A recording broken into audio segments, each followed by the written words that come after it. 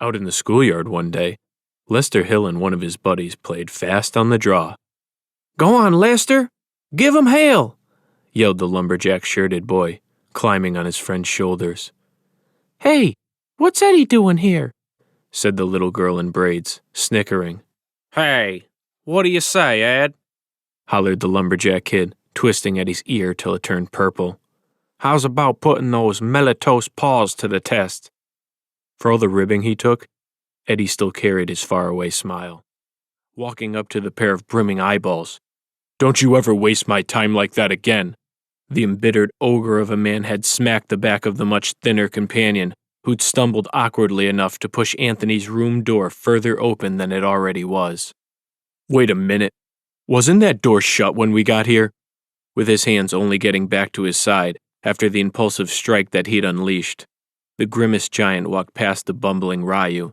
He'd sniffed the air as the hairs on the back of his neck all stood erect. "You're right. I smell a mage. He's here, hiding. Ain't never seen you cry for a living being outside yourself. Eugene Johnson gets his head blowed clean off in a hunting accident, and you walk around with a big, fat, dumb grin on your face. Now you better tell me where those tears came from." Eddie's thin lower lip dropped in a pout. "One of the boys called me a name."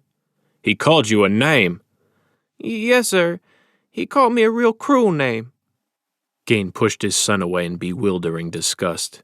He couldn't look at him, couldn't abide by those limpid doe eyes. He scampered around the bases as the crowd cheered and the left fielder chased after the bounding ball. By the time the outfielder retrieved it, the little boy had rounded second base and was running hard toward third. As the fielder threw the ball toward the infield, the little boy was on his way to home plate. The shortstop caught the relay, spun, and threw home in one motion. But it was too late. Exhausted and breathing heavily, Alex crossed home plate before the ball arrived. "Home run!"